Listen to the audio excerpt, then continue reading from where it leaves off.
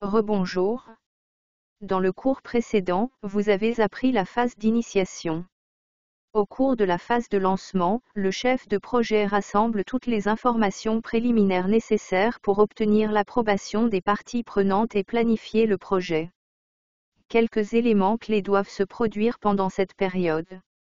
Tout d'abord, le chef de projet est affecté, c'est vous. Ensuite, les objectifs du projet doivent être approuvés, ainsi que la portée du projet et ses livrables. Un certain nombre de personnes devront être affectées au projet, et vous aurez une bonne idée de leur rôle et responsabilités individuelles. Vous aurez également besoin de l'approbation des parties prenantes sur votre charte de projet. Si tous ces critères sont remplis, vous êtes prêt à commencer à planifier. La planification est un élément important pour assurer le succès d'un projet, alors prenons le temps de discuter de pourquoi c'est si important. La planification est importante pour tout projet, grand ou petit. Lors de la planification de votre projet, vous et les autres membres de l'équipe déterminerez les processus et les flux de travail nécessaires pour atteindre vos objectifs et rassemblerez des idées sur la façon de faire du projet un succès. Lors de la planification, vous pouvez vous appuyer sur l'expérience de projets antérieurs, mais n'ayez pas peur de penser à de nouvelles façons d'obtenir des résultats. Chaque projet est différent, donc des approches nouvelles et différentes peuvent être exactement ce dont vous avez besoin.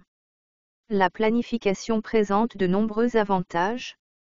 Comme nous en avons discuté, la planification vous aide à tracer l'ensemble du projet. Il vous aide à comprendre le travail nécessaire pour atteindre vos objectifs. La planification aide également à coordonner les efforts et les échéanciers avec d'autres équipes, sous-traitants et fournisseurs. Un autre énorme avantage de la planification est qu'elle vous donne le temps d'identifier et de vous préparer aux risques qui pourraient avoir un impact sur votre projet. Ceux-ci peuvent inclure des éléments tels qu'un retard dans le calendrier, le départ d'un membre critique de l'équipe ou un changement d'orientation du projet d'une partie prenante principale. La planification vous donne également la possibilité de réfléchir à des moyens d'atténuer ou de gérer ces risques. Il y a aussi des avantages moins évidents. Par exemple, la phase de planification peut vous aider à obtenir l'adhésion des membres clés de l'équipe de projet. Obtenir l'adhésion signifie que vous avez obtenu leur soutien pour vos projets.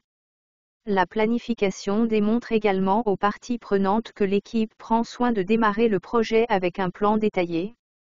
Mais l'un des avantages les plus importants de la planification est le travail d'équipe, qui vous aidera à faire franchir la ligne d'arrivée à votre projet. En travaillant ensemble dans la phase de planification, les personnes affectées au projet peuvent devenir une équipe solide au moment où la planification est terminée et le travail est sur le point de commencer. Planifier ensemble crée une compréhension partagée entre toutes les parties impliquées dans le projet. Pour récapituler, la planification présente de nombreux avantages, aider l'équipe à comprendre le travail nécessaire pour atteindre ses objectifs et fournir des plans de projet aux parties prenantes. Maintenant que vous en savez un peu plus sur la planification, nous allons apprendre à lancer la phase de planification. Rendez-vous dans la prochaine vidéo.